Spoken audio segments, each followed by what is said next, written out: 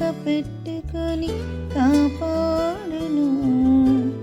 యేసయ్య తల్లిలా లాలించును, తండ్రిలా ప్రేమించును, తల్లిలా లాలించును, తండ్రిలా ప్రేమించును.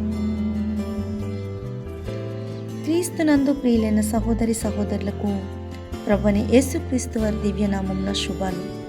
నూతన జీవిత అనుదిన దైవ ధ్యానము.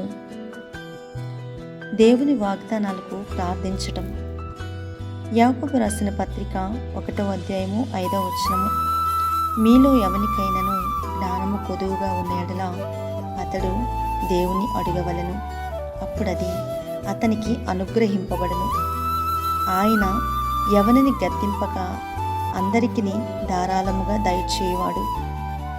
ప్రార్థన అనేది విశ్వాసంతో కూడిన చర్య. మీరు ప్రార్థనలో దేవుని వద్దకు వచ్చినప్పుడు మీకు విశ్వాసం ఉంది కాబట్టి ఆయన స్పందిస్తాడు. మీరు దేవునిపై మీ దృష్టిని కేంద్రీకరించినప్పుడు ఆయన మీ సమస్యలన్నిటికంటే పెద్దవాడు మరియు శక్తివంతుడు అని మీరు చూడటము ప్రారంభిస్తారు. మరియు ఆ అవగాహన మీ విశ్వాసాన్ని పెంచుతుంది. ఎందుకంటే ఆయన తన వాగ్దానాలను నెరవేర్చగలడని మీరు నమ్మడం ప్రారంభిస్తారు. ఆపై దేవుడు మీ ప్రార్థనలకు సమాధానం ఇస్తాడని మీరు చూసినప్పుడు మీ విశ్వాసము మరింత పెరుగుతుంది. ఎందుకంటే ఆయన ఏమి చేయగలడని చెప్పాడో అది చేయగలడని మీరు ప్రత్యక్షంగా చూస్తారు. మీరు విశ్వాసంతో ప్రార్థించటము నేర్చుకున్నప్పుడు బైబిల్లో ఉన్న దేవుని వాగ్దానాలకు క్లెయిమ్ చేసుకోవటం ద్వారా ఒక గొప్ప ప్రారంభానికి దారితీస్తుంది. బైబిల్లో 7,000 కంటే ఎక్కువ వాగ్దానాలు ఉన్నాయని మీకు తెలుసా? ఈ వాగ్దానాలు మీ అన్ని అవసరాలకు మరియు సమస్యలకు సమాధానాన్ని తీసుకువస్తాయి. మరియు ఏమి ప్రార్థించాలో మీకు ఏమి తెలియనప్పుడు మీ ప్రార్థనలకు పదాలు ఇవ్వడానికి మీరు వాటిని ఉపయోగించవచ్చు. మీ విశ్వాసాన్ని పెంపొందించే ప్రార్థనగా దేవుని వాగ్దానాలలో ఒకదాన్ని మీరు ఎలా ఉపయోగించవచ్చో ఉదాహరణకి యెషయా గ్రంథము 40వ అధ్యాయము 31వ వచనంలో ఇలా చెప్తుంది: యెహోవా కొరకు ఎదురు చూచువారు నూతన బలము పొందుదురు. వారు పక్షిరాజు వలె రెక్కలు చాపి పైకి ఎగురుదురు. అలయక పరుగెత్తుదురు, సొమ్మసిల్లక నడిచిపోవుదురు. దేవుడు వాగ్దానాన్ని ప్రార్థనగా ఉపయోగించుకోవటానికి మీరు ఇలా ప్రార్థించవచ్చు: దేవా, నేను చాలా అలసిపోయాను మరియు నిరుత్సాహపడ్డాను. నేను వదులుకోవాలని అనిపిస్తుంది. అయినప్పటికీ విశ్వాసంతో మీరు నా బలాన్ని పునరుద్ధరిస్తారని నాకు తెలుసు. మీరు నన్ను పైకి లేపి నాకు కొత్త శక్తిని ఇస్తారు. తద్వారా నేను ముందుకు సాగగలను. నా ఆశ మీపై ఉంది. నేను ముందుకు వెళ్ళడానికి మరియు ముందుకు సాగడానికి సహాయం చేసినందుకు ధన్యవాదాలు. ఆమేన్.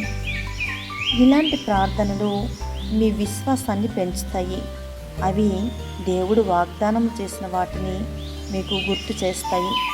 అప్పుడు దేవుడు తన వాగ్దానాలను ఎలా నిలబెట్టుకుంటాడో మీరు మీ వ్యక్తిగత జీవితంలో చూస్తారు. బైబిల్లో దేవుడు చేసిన కొన్ని వాగ్దానాలలో కొన్నింటిని ప్రార్థించడానికి ప్రయత్నించండి. మరియు దేవుడు మీకు ఇచ్చిన వాగ్దానాలను నిలబెట్టుకోవటము మీరు చూసినప్పుడు మీ విశ్వాసం ఎలా పెరుగుతుందో చూడండి. సొమ్మసిల్లిన వారికి బలమిచ్చువాడు ఆయనే. శక్తిహీనులకు బలాభివృద్ధి కలుగు చేయువాడు ఆయనే. యెషయా గ్రంథము 40వ అధ్యాయము 29వ వచనం. నీవు నా దాసుడివనియు నేను నిన్ను ఉపేక్షింపక ఏర్పరచుకుంటుననియు నేను నీతో చెప్పియున్నాను. నీకు తోడై ఉన్నాను. భయపడకము, నేను నీ దేవుడినై ఉన్నాను. దిగులు పడకము, నేను నిన్ను బలపరుతును. నీకు సహాయము చేయవాడును నేనే. నీతి అను నా దక్షిణ హస్తముతో నిన్ను ఆదుకొందును. యెషయా గ్రంథము 41వ అధ్యాయము 10వ వచనము. ప్రభువు మీ పక్షముగా యుద్ధము చేయును, మీరు నిశ్చలముగా ఉండవలెను. నిర్గమకాండము 14వ అధ్యాయము 4వ వచనము.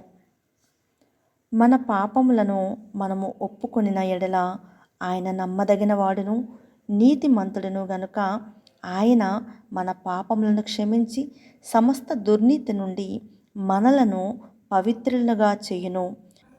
యోహాను రాసిన మొదటి పత్రిక 1వ అధ్యాయం 9వ వచనము. నీ ముందర నడుచువాడు యెహోవా, ఆయన నీకు తోడయుండును. ఆయన నిన్ను విడువడు, నిన్ను ఎడబాయడు. భయపడకము, విస్మయమొందుకము. ద్వితీయోపదేశకాండము 31వ అధ్యాయము 8వ వచనము.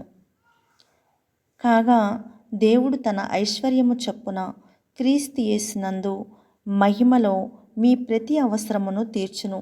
ఫిలిప్పీయులకు రాసిన పత్రిక 4వ అధ్యాయము 19వ వచనము.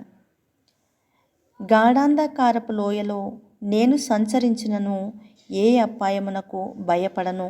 నీవు నాకు తోడయుందువు. నీ దుడ్డు కర్రయు నీ దండమును నన్ను ఆదరించును.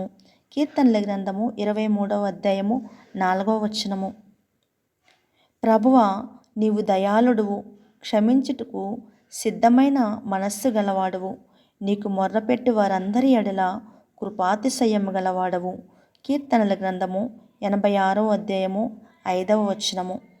ప్రార్థన. తండ్రి, నాకు నిజంగా అవసరమైన వాటిని అడగటము నేను చాలాసార్లు మర్చిపోతాను. జ్ఞానము జాబితాలో అగ్రస్థానంలో ఉంది.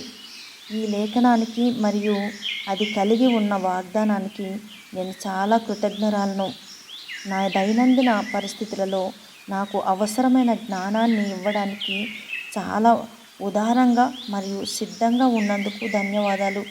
దేవా, నేను మీ వాక్యంలోని వాగ్దానాలు మరియు సూత్రాల ప్రకారము జీవించాలనుకుంటున్నాను. లోక ప్రమాణాల ప్రకారం కాదు, మీ చిత్త ప్రకారము మరియు మీ మహిమ కోసము జీవితాన్ని నడిపించగలిగే ప్రతిరోజు ధైర్యంగా జ్ఞానాన్ని అడగడం నాకు నేర్పండి. యేసు యొక్క ప్రశస్తమైన నామంలో ప్రార్థిస్తున్నాను తండ్రి. ఆమేన్.